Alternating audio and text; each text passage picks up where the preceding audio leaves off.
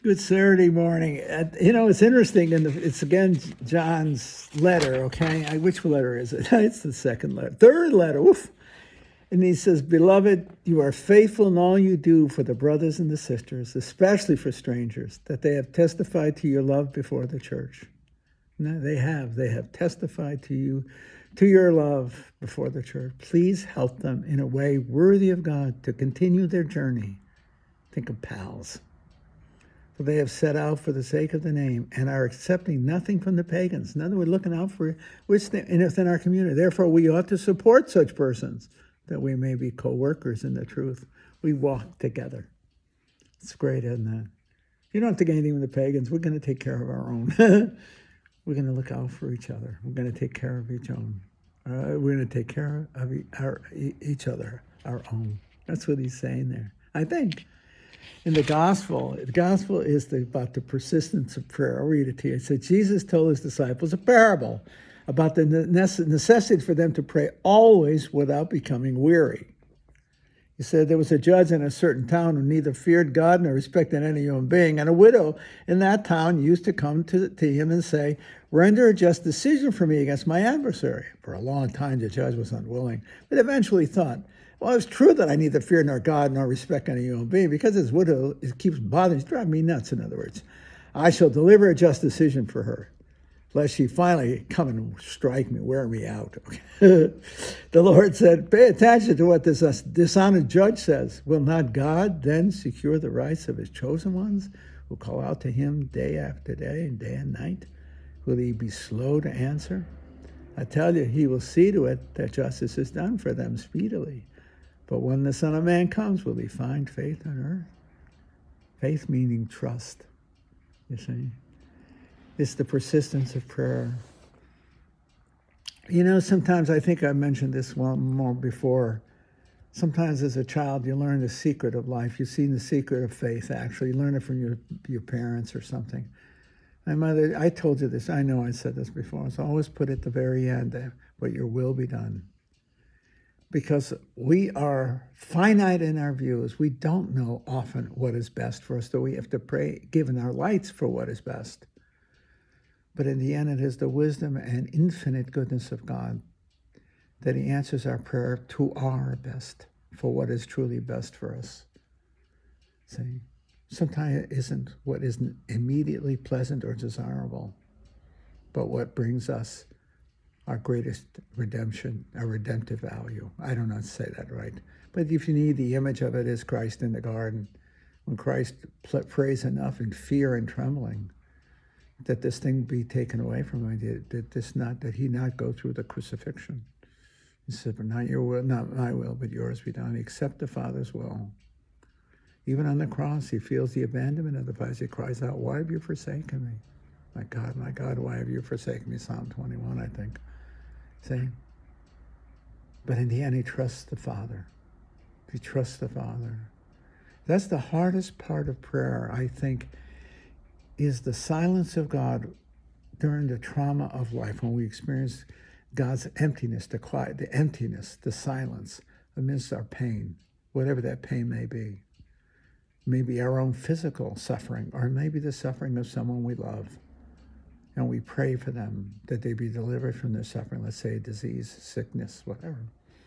Think of a child who might be ill. Thy will be done. That has to be from the depth of our hearts. Thy will be done. Whatever else is true, God will never curse us. He will never give us what is bad or evil, only what is good. In a view of eternal, from the point of view of eternity, God will always bless it and hear our prayers and answer them in a way that fulfills that prayer, whether we know it or not. It takes a tremendous act of trust. That's what it means by the end. Will we find faith? Faith really comes to trust. Do we trust the goodness and beauty and the love of God? Do we trust his love, especially in his silence? I think the silence of God is the most powerful of all things. I think of the Jews, what they must have gone through in the concentration camps, the horrors, and the divine silence. As a Christian, I can cling to the suffering of Christ as redemptive. I don't know if I were a Jew. See, as a Christian, I start with the crucified Christ, the sign of contradiction, but also the sign of holiness and love. In the Christ crying out on the, my God, why, God, have you forsaken me? At least I cling to that, because that is the redemptive moment in Christ revealed in the resurrection. But if I don't have Christ, then how do I cope with, how do I understand and grasp the silence, the divine silence? And that's the truth. And yet many Jews had. They trusted the love of the Father, their fatherhood, the fatherhood of God, and their special calling. That is the truth too. I think the heroic faith of the Jews, because they don't have the consolation of Good Friday, Easter Sunday, the Paschal mystery. They don't have that. They have only the promise of the divine presence. And God has been present throughout their history, and it's a tortured history. But what must it have been like for a very religious Jew in the ghetto, that is in the concentration camps, praying and hearing nothing in return? Does that really mean that? In many ways, that is the most heroic form of faith, I think, that the Jews exhibited in the horrors of the Holocaust, because their faith had to be trust. It had to become trust in the silence of God, within all the horror. I know some Jewish people who have left the faith precisely because of the Holocaust. I can understand that. It takes beyond belief in God. It requires a trust in God, and God who loves me and loves us in silence, as we cry out in pain. That's the truth. I think the Jews of the Holocaust are martyrs of faith understood as trust. I mean that too. What must it have been like? What a horror. God's silence. It'd be different if they had some consolation, but what consolation did they have? I think they had the same consolation as Christ had in the garden. None. Christ doesn't get consoled in the garden. There's a throw-in line about angels coming. That's an afterthought. The reality was, it was the bare fact.